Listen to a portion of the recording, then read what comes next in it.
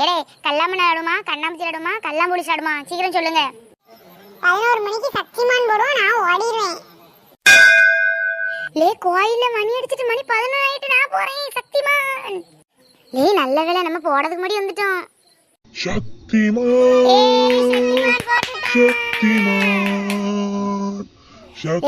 போன வாரம் சக்திமான் வந்து அந்த பிள்ளைய காப்பாத்தினார்களே.